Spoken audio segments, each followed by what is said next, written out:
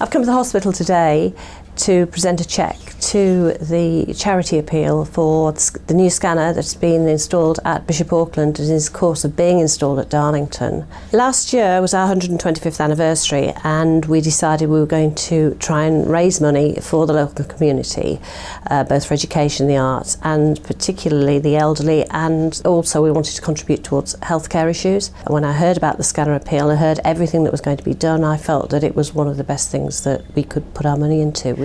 Charitable donations such as the one received today from Latimer Hinks are absolutely crucial to the appeal, because without the support of the local community and contributions by organisations such as theirs, this project wouldn't be able to go ahead and wouldn't be able to benefit everybody that it will.